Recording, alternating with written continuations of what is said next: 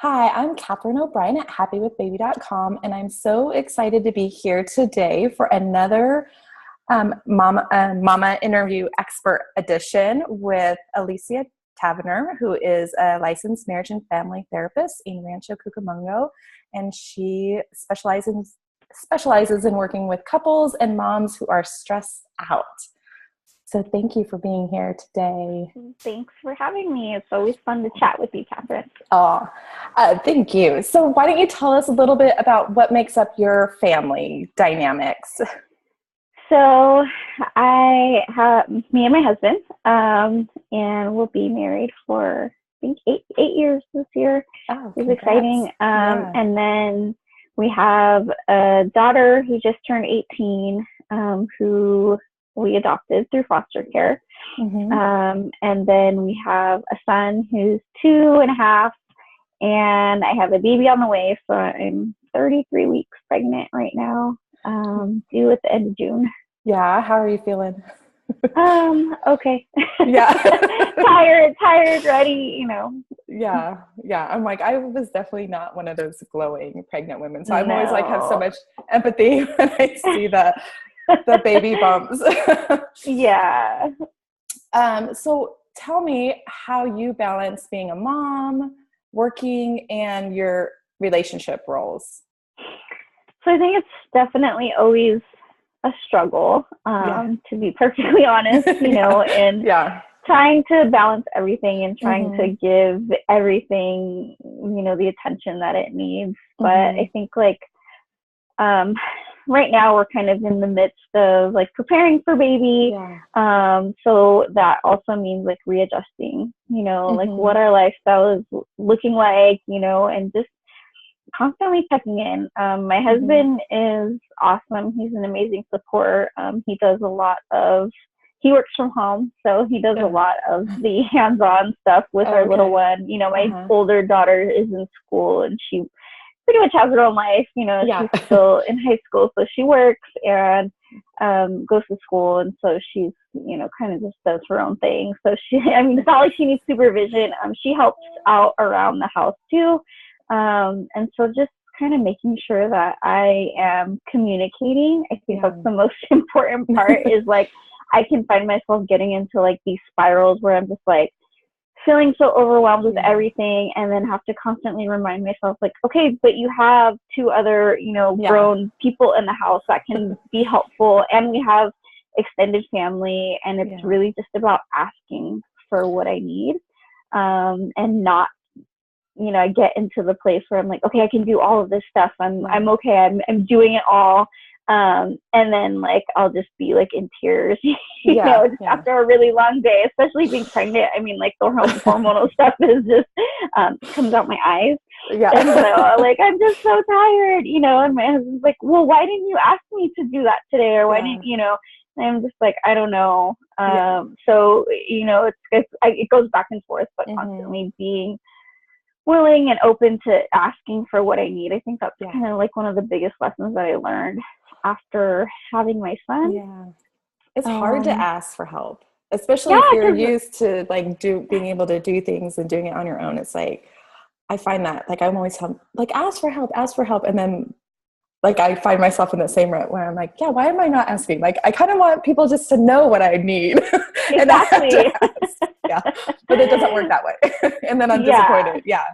Definitely. So definitely, my husband and our communication has to be, a top priority. So doing date nights, we have every other weekend where we'll take a night out and, take my son to babysitter, with grandma, and they're happy. They would probably do it every week, but in our heads it's kind of oh, we don't want to burden other people or whatever, but they're it's a win-win situation. They're happy to spend time with him. They wish they could spend more time with him, but having that time together is so super important to us, because it's where we catch up, where we kind of make our big decisions, about what we're going to do. And so, like I said, we're kind of restructuring, rearranging, how we're going to do things with two kids, who are under 3, and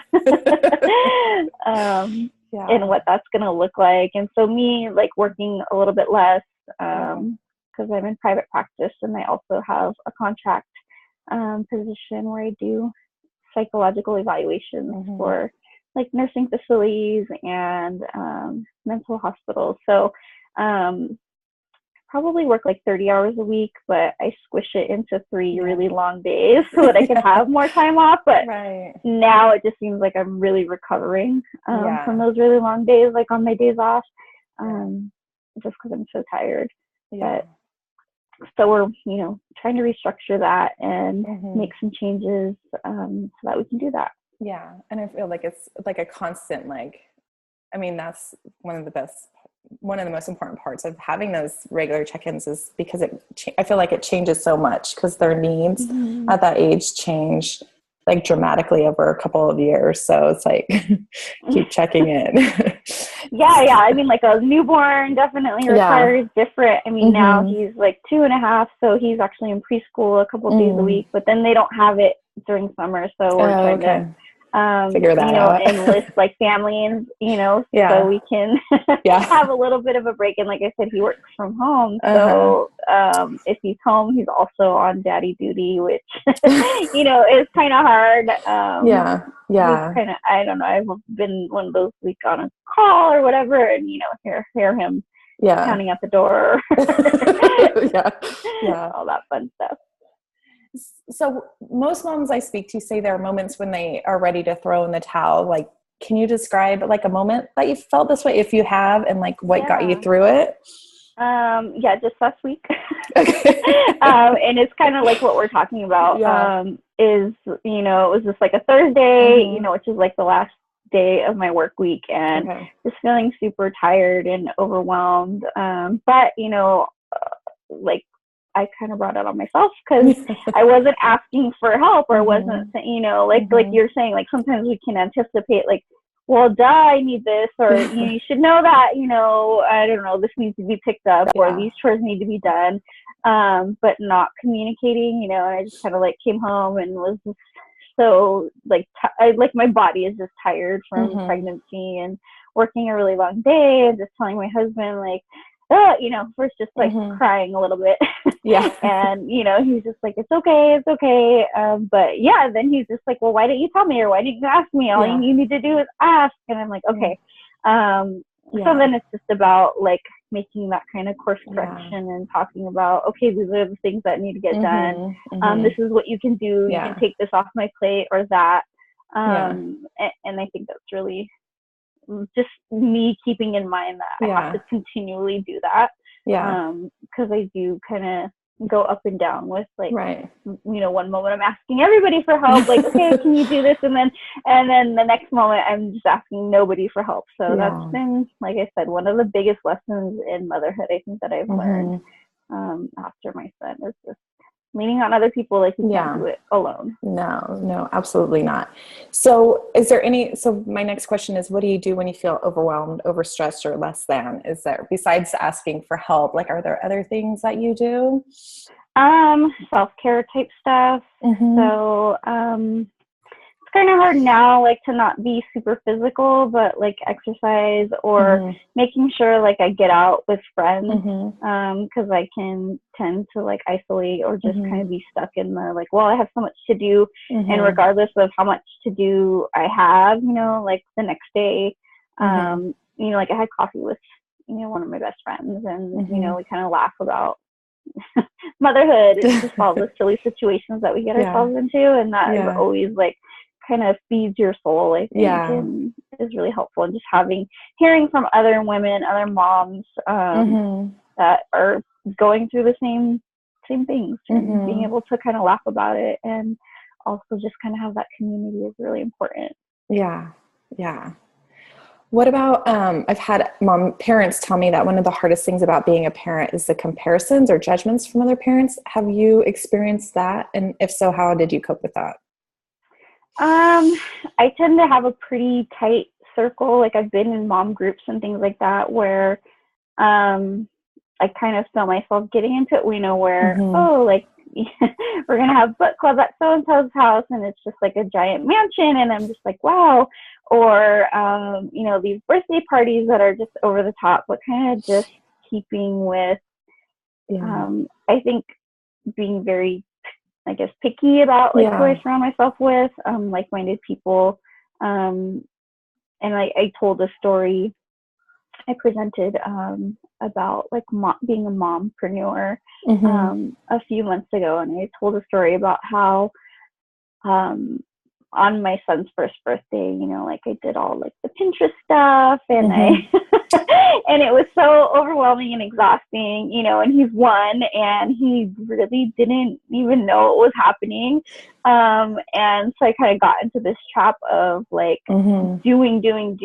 And then at the very end, you know, like we were just sitting like with family and friends, and you know, my son was like being loved on, and it was like, man, I told him this the whole point. Like this was the point, was this little bit of time, but I spent so much time like doing all of these other things, you know, from like invitations to all the perfect decorations and all of that stuff that we can get caught up into. And so I think that was another big lesson for me, was like, I just want to be present and, you know, remember the purpose over like having something that's perfect.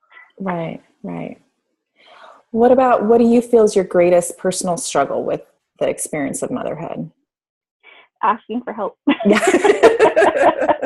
I could answer that for you. Yeah, I mean, because I'm independent, and it's funny because my husband and I were having a conversation about this the other day, and like going through, you know, college and graduate school and licensure, you know, to do all of these things, like, and we get graded, you know, we pass our exams and we do all these things, and there's all these markers that say like, yes, you're doing an amazing job, but there's none of that in motherhood. You know, like you could have like a really warm, fuzzy moment with your little one, and then the next minute, you know, they're kicking you in the face because they want chocolate, or but nobody, you know, kind of gives you that pat on the back. Like it was just Mother's Day, so we get like our one day where we get, you know, nice gifts and things like that, but there's no measurement or no like grades or, you know, things that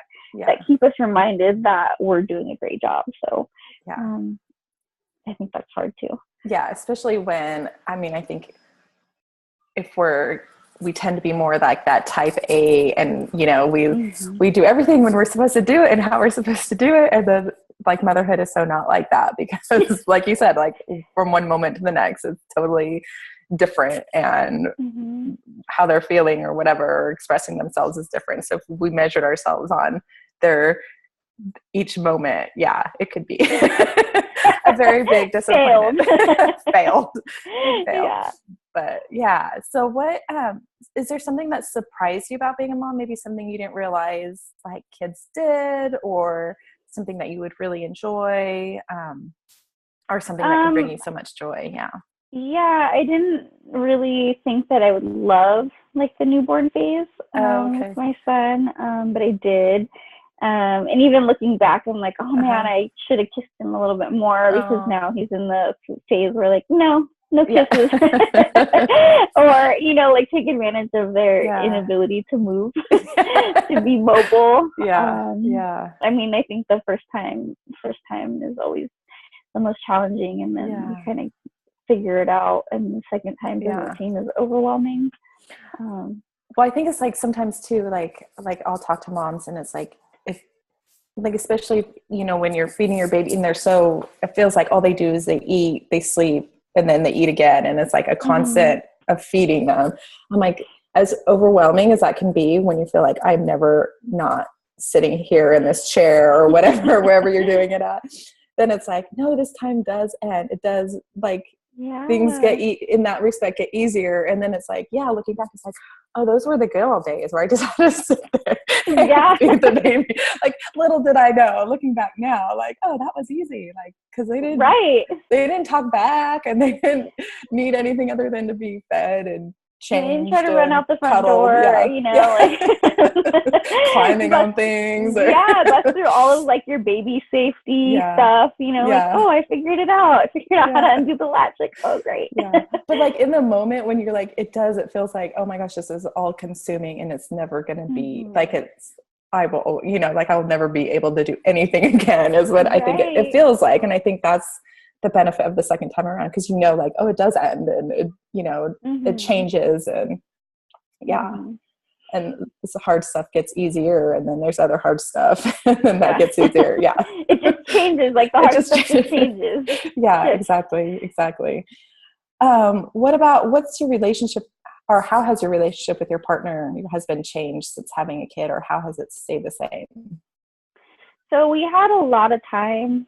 I think it was a good amount, like 5 years before having kids. And so, my daughter came to us, I think we had been married for like 3 or 4 years before. So we had some time where it was just us, you know, we can kind of travel and just do whatever you want to do. Yeah. And so that was really nice. It was definitely a shift, especially having a small child. Like, so my daughter was like 13 when she came, so she wasn't, like super needy. Yeah. In terms of like, she could go to the bathroom, she can eat by herself, she goes to school, she can ride the bus. All of that, like things that come with, developmentally being independent. So we started backwards, and I think that was a little bit easier in terms of like your time commitment, but the emotional stuff that came along with having a child who comes from like the foster care system, it was definitely something that we anticipated, but nevertheless it's time consuming and emotionally consuming. So our relationship definitely shifted even more when we had a small little human, because it is this constant, like around the clock caring for them. But I think the best part is just seeing him like as a dad, and really loving that role that he plays. And it's funny because you kind of have a picture of what your partner will be like when you have kids. But he's kind of the opposite of what I anticipated, because he's super like laid back, and we're both pretty laid back. But he's more like, I guess I would, if you want to be like stereotypical, like would consider like the mom, in terms of like, oh my gosh, she's gonna get hurt, or like he's riding a scooter in the house on the carpet, and he's like, he needs to wear a helmet, and like, oh, he's fine. I am way more like lackadaisical about that kind of stuff than I anticipated I would be, and he's way more overprotective, like really worried about him like getting hurt and like germs and stuff, and I'm like, oh, that's how they learn, and he'll be fine. And so and just, I think allowing him to be who he is as a parent, it has definitely been like a lesson for me, or just something that I'm really mindful of. Like, if that's how he, that makes him feel good, putting a helmet on him while he's riding a scooter in the house, then okay. Not trying not to like change that about him, but also just seeing him like in that dad role, and like the loving tenderness that is, like super affectionate. And so I just love seeing that. It's heartwarming, and I think you probably say the same about like watching me be a mom. It's totally different than just like your role as husband and wife. And kids bring things out of you that you don't anticipate. Absolutely. How about your relationship with friends, family, or support system changed, or has that stayed the same? I've kind of kept my friends for a really long time, but, as they start having kids, we kind of all are in the same realm of like child raising and stuff. So definitely less time to like go out and have a good time, because it's just like you're tired, and, like going out with girlfriends is definitely way fewer instances of that happening. But I think cherishing the time that we do get to spend and making it a priority. Like before, we didn't really have to make it a huge priority. It just kind of happened. Like, oh what are you doing? It's Friday night, or it's the weekend, or we're going to take a trip and stuff like that. But now it just comes with a whole lot of planning. But I think it's just as important. So having less time to do those things has definitely been a shift. What's the greatest lesson you've learned as a mom, or one of them? I think it goes back to like when I was saying about the birthday party, like what's really important is being present and remembering like the purpose over perfection. Like that's kind of like, you know, like the mantra, like purpose and, you know, over perfection, and really wanting to be present with my kids when I can be. You know, we're never going to be 100% good at everything. Right. But just remembering like what the priority is. Do you have a favorite quote that inspires you as a mom? Yeah, it's that one. Okay. It's like I was gonna say presence over perfection. Yeah, I love it. It's just like short and sweet, like little mantra. I can just remember it. Right. When everything gets like overwhelming, it's like present. Do you have a favorite song that inspires you as a mom? I sing "You Are My Sunshine" all the time. I don't know if it's like something that I consider inspirational, but I've you know, sang it to my son since he was like a newborn. Like it's always like his after bath song, and now he's to the point where he's like, "Sing a song, mommy, sing a song," you know, sing the song, and he looks forward to it. So that's cool. How about can't live without a gadget or product that has made being a mom easier or better for you? Baby gate. Definitely can't live without the gate, you know, working from home and doing, you know, trying to get stuff done. Definitely can't be without those. Right. So final question is, do you have one piece of advice that you'd like to give other moms? I think it would be that, you know, it's all just a learning experience. We're all in this. Nobody has the manual. I mean, there's tons of like parenting books and things that we can read, and but we're never going to be perfect, even if you are like that type A person where you're looking for the grades. Like it's never going to happen. So it's just choosing to be kind to yourself and give yourself grace, and understand that it's always a learning experience. Be kind to yourself. I know, because we can totally beat ourselves up, like we're not doing it quite right, like we're not Pinterest perfect or, you know, Instagram worthy. Exactly. but it's okay, like there's no perfection. So awesome. Well, thank you so much for sharing. I love all the things that you had to say, and I think I love that about asking for help too, because I think I could probably use that advice today. Like, it's okay to ask for help. But I think it's always like a good reminder. So thank you so much for being here, and love that you could join us. Yes, thanks so much for having me. It's always fun, like I said, to chat with you, Catherine. Thank you. Bye.